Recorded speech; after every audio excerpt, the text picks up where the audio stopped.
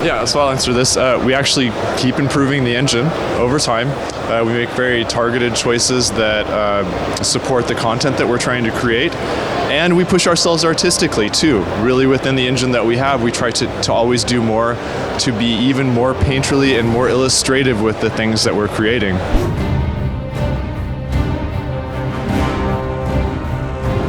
I think the thing that we really need to stress is that we are super excited about it. We're definitely working on it, and when we're ready to talk about it, we will absolutely do that. But today we're here for Battle for Azeroth.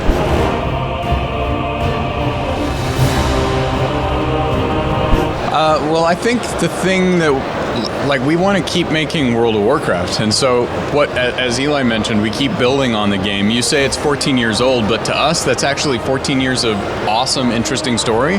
And every time we release a new expansion, we give players more and more stuff to play.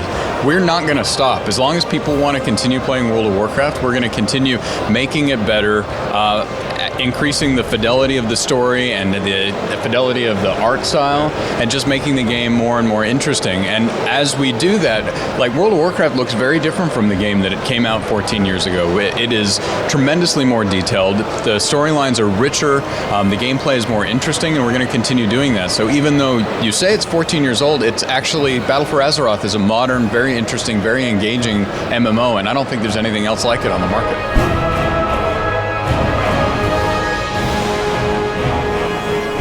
The Azerite is absolutely the blood of the planet. That is definitely, Azeroth was wounded when Sargeras plunged his sword into the planet.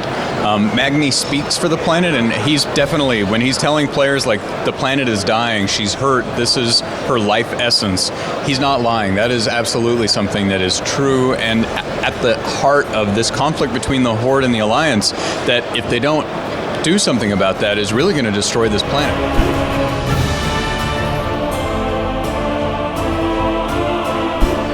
So part of the experience there is that Mythic raiding is a very focused experience with certain key guilds that are absolutely engaged and focused and interested and specific to the realms that they're on. And we think it's really important that we support that, like the realm first race or the world first race, where people are trying to see who can be the first to beat that raid. We think it would change that dynamic tremendously if we were to adjust that. With that said, of course it's something that we're always looking at, and we're talking about ways to change it. One of the challenges that we've had with World of Warcraft over the years is, when we started, we had specific individual realms that you could only play on that realm, and you could really only participate with other players on that. And as we've evolved the game, we've broken down a lot of those barriers, so it doesn't matter where your friends are today. As long as they're on your faction, you can play with them, which is super cool, but it also means that we have to find ways to continue to connect people and have that community that makes World of Warcraft so much of a special game, that a lot of games just don't have that level of community with such a huge player base. And so things like the Mythic race, things like having your guild on your realm, are ways that we can connect that. In addition to creating new ways like the communities feature that we added in Battle for Azeroth that are cross-realm.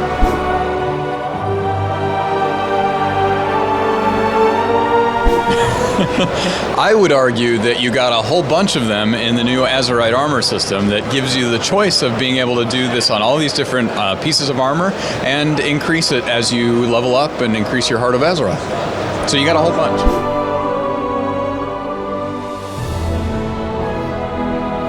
It's something that we're talking about for sure. For example, in Battle for Azeroth, we increased not the max character limit, but the realm cap character limit to give players who want to play allied races or just create other characters the opportunity to have more on a specific realm. The max character limit is still at 50. It's something that we do talk about, though, and think about, okay, at what point does it make sense to do this? At the moment, we haven't reached that point, but it is something that we will continue to look at, and as the game develops and continues forward, maybe find the right time for that.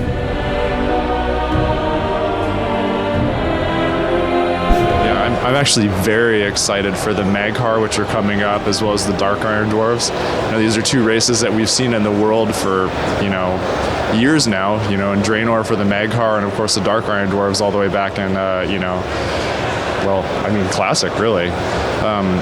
So those are very exciting, and as we see events unfold in Kultiris and Zandalar, we're also going to have access to the Zandalari trolls and the human Kultirans, which are going to be really amazing, and they both have some fantastic druid forms too that we're really excited about. I mean, me personally, I'm going to play a Zandalari Troll Druid. That's as simple as that. I want to be a dinosaur. I mean, and the druid forms they're super awesome.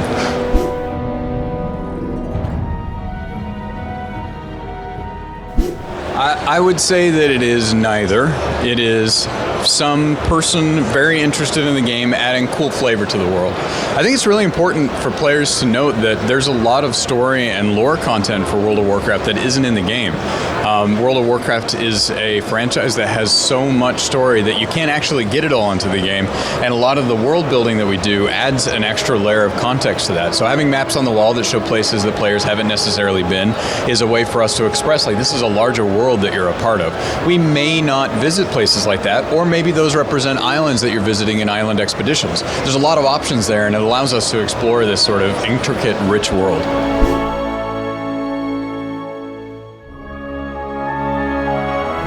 That's a great question. I personally feel the pain of having to level a character up every single time and go through all of that stuff. And it's something that we on the development team think about a lot. We've added more account-bound features to the game, not reputations, but other things, for example, unlocking flight paths when you are playing on an alt. And we've been trying to look at specific types of content to see, like, what makes sense for the gameplay while still keeping the core of what makes the expansion or the story we're trying to tell make sense. At the moment, reputations are not planned to be account bound, but it is absolutely something that we think about in terms of reputations, in terms of all things alt specific. And for characters like myself, I had 5 max level characters in Legion. I desperately am interested in us solving this problem more and more for the future.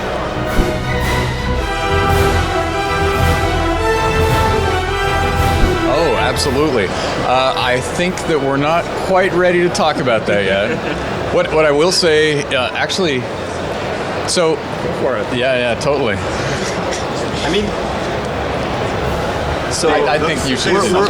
we're actually going to be premiering the next Warbringer here at Gamescom on the Blizzard stage, and Ajara is the character we picked for a lot of reasons. We're not really ready to talk about what exactly she'll be doing, but she's been a major player in the Warcraft world for a long, long time. We haven't seen her actually in World of Warcraft yet.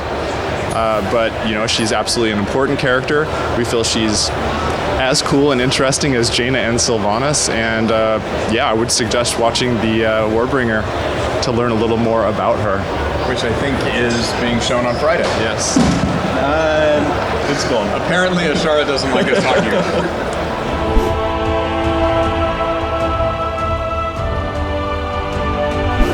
Definitely not talking about any shaman tanks back at the moment.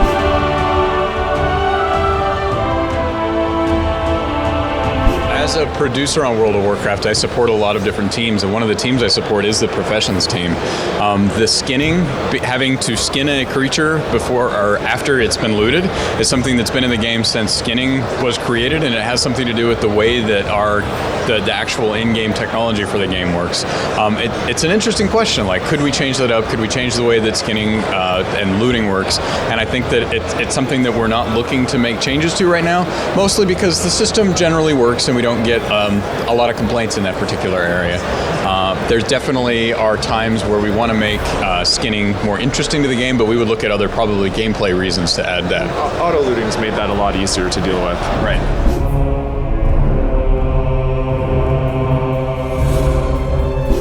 Oh, wow. So actually they're both really exciting for different reasons. So I like Zandalar specifically because of the primal nature of it. It's this big primordial Jurassic world, and really the first time we see the Troll Empire at its height. And it's also really interesting to watch the progression of, I guess you could say, really their history and their slow decline into antiquity as we move across Zandalar, from Zuldazar into Nazmir, where we sort of see this sinking of them into the future, and then with Vol'dun, where they've been entirely wiped out, and the Sethrak are there. And then on the other side, Kultiris just tells such an interesting story about a human faction that we've heard of and sort of had stories about in the past. Now we get to really meet them and delve into their culture. And I think it's really represented in the environments that they inhabit as well. As we see these very human spaces, you know, we have Storm Song, which we roughly based off of some themes from Holland. You know, we have Drustvar that has a lot of New England vibe, and sort of fall, and then you have Tiergard Sound, which really initially we were thinking almost Fjordlands, so it has this sort of interior bay, and again really reinforces the fact that they're a naval culture. They live on the water, and they really embrace that as part of their everyday life.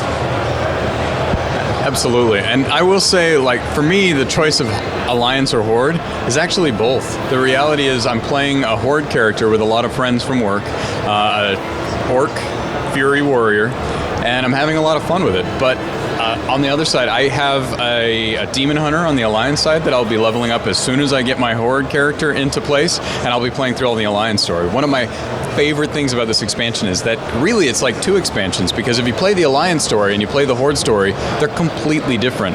Unlike other expansions in World of Warcraft, where some of the story elements lined up and overlapped, there's very little of that in Battle for Azeroth. So it really allows players like myself who like to have alts and like to play the game on both sides a ton of extra story and extra questing and just great gameplay. This is actually the first time I'll be playing an Alliance character, and really because I'm so excited about the Kultiran Druids. Not because you're angry about Sylvanas. No. I mean, really the stories are awesome on the Kultiran continent, and then, of course, the Druid form is really awesome, so...